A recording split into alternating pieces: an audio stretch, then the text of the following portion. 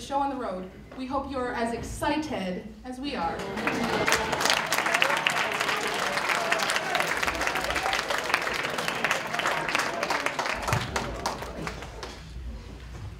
Hi everyone, my name is Caldwell, and I'm a fourth-year student at the University of Winnipeg studying human rights and global studies. So today, I'll be talking to you about the F word, feminism. The reason I call it the F word is because it's kind of a running joke in feminist circles that feminism as a word is just as provocative and sometimes offensive in certain places around the world as a swear word. So we're going to talk about the F word. I'm curious today, just to get you warmed up, because I'm the first speaker, if I can use you for a little activity using your hands. So could you raise your hand, please, if you are a proud student of College Sturgeon Heights Collegiate? Great, you put your hands down. Now, can you raise your hand if you support gender equality and women's rights? Great, keep those hands up. And now raise your other hand, or just raise a hand if you would call yourself a feminist. Great, thank you. I'm just curious to see what the group's like. Some people prefer the label humanist to feminist, and some prefer no label at all. I myself am a feminist, of course. But when someone asks me, what does the face of a feminist look like? I say that there's no one singular face. It's multiracial, multi-ethnic, it's diverse, like those of you in the crowd today. And a lot of people ask me, well, what's the point of having a guy involved in feminism? How does it affect me? My response is, it does. It affects you because it affects your mother, your sister, your female teachers, your girlfriend, your classmates. So I think as any guy would agree, that affects you. And as you're going to learn today, there's 3 waves within feminism. But first I'm going to tell you a bit more about how I came to be in feminism and in the women's movement. I was a student like yourselves in high school, and I didn't have a lot of guys in my life. I went to an all-girls school, I grew up in a house full of women, but I wasn't bitten by the feminist bug until grade 11, when my teacher came into class in a suit and tie on an average day in March, and he walked in and ripped off his dress shirt, and underneath that was a bright pink t-shirt, and in black lettering on the shirt it said, "This is what a feminist looks like." All of my ideas and stereotypes about feminists were blown right out the door. He told me that he wore that shirt that day because it was International Women's Day, March 8th.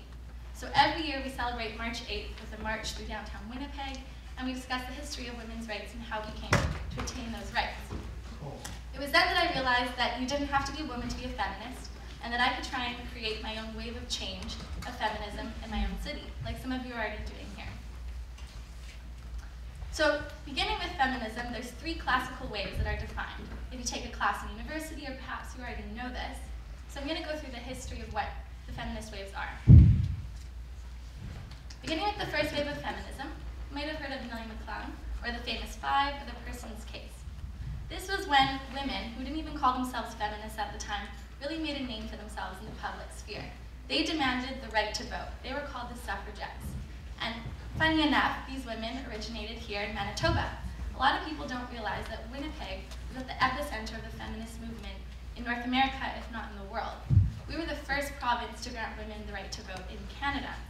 But one criticism of this first wave is that it didn't have any diversity, and that vote that was granted for women and Caucasian men already wasn't granted for people of other skin colors. So even if you were a man, but you weren't originally from Canada, if you were francophone, so you weren't a British subject, you weren't allowed to vote. Has anyone been to the Walker Theatre here in Winnipeg? Some of you? Okay, it's also known as the Burton Cummings Theatre. It's right in the Exchange District. This was the site of a famous mock parliament that Nellie McClung staged. Nellie went to our Premier of Manitoba, and she basically informed him that she was upset with the fact that women didn't have the right to vote.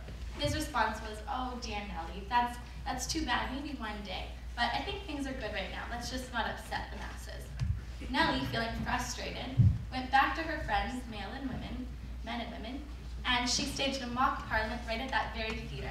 So if you go to the Exchange District today, and you look on the side of the wall, you'll see a portrait dedicated to Nellie McClung. Moving on to the second wave of feminism. We're jumping ahead about 40 years. So we were in the 1920s, and now we're in the 60s. It's the baby boomer era. So a lot of women in this era are now stepping out from being stay-at-home moms and getting jobs in the public sphere. This era was all about labor rights, so equal pay, focusing on sexual harassment in the workforce, and how we can better get women out there in the public realm, whether it's politics, teaching, or whatnot. This realm, though, or the second wave, could be criticized for the fact that, again, like the first, it lacked in diversity. Most of the women you see through this wave were Caucasian women, Caucasian men, or African American women supporting the civil rights movement. It lacked women of the indigenous population, newcomer women, or women who were in the LGBT community. Now we get into my favorite, the third wave. And so this would have been when you and I were born. So this third wave of feminism is now in the 90s. And this would technically be the last defined wave of feminism. It was all about girl power, which is why I have the Spice Girls logo on the screen. It inspired a new wave of women. And like you and I, we were born in a time where we didn't know any better. We were born with that sense of entitlement. That, what do you mean women couldn't have the right to vote, or women didn't go to school and women didn't drive? We thought that women could rule the world. Women could have a band, have a car, they could run a school or a company. So we were born with just knowing that our moms and dads both had jobs, and that we had that equal sense across the board. But au contraire is what I would say, because it wasn't like that everywhere in the world, mainly in North America. So with this new wave of feminism, a lot of people say, what's next? We had our first, our second, and our third. Haven't we broken all those glass ceilings? Aren't we almost done this feminist fight? Not quite. In my opinion, and according to logic, our fourth wave would be somewhere in the next 10 to 20 years, most likely 2030. Or perhaps we're in our fourth wave right now and we don't even know it. I think this fourth wave of feminism will focus a lot on ecofeminism, so the ecology and environment. And like we'll be learning about later today, we already care a lot about climate change and globalization and our Arctic. I think that ecofeminism will focus on that. I think this fourth wave will focus a lot more on diversity. It'll continue to include the LGBT community, indigenous women, and my favorite, younger generations, like this baby in the picture here. I think we'll start to hear more people claiming themselves to be feminist. So if I were to ask you, how would you describe yourself?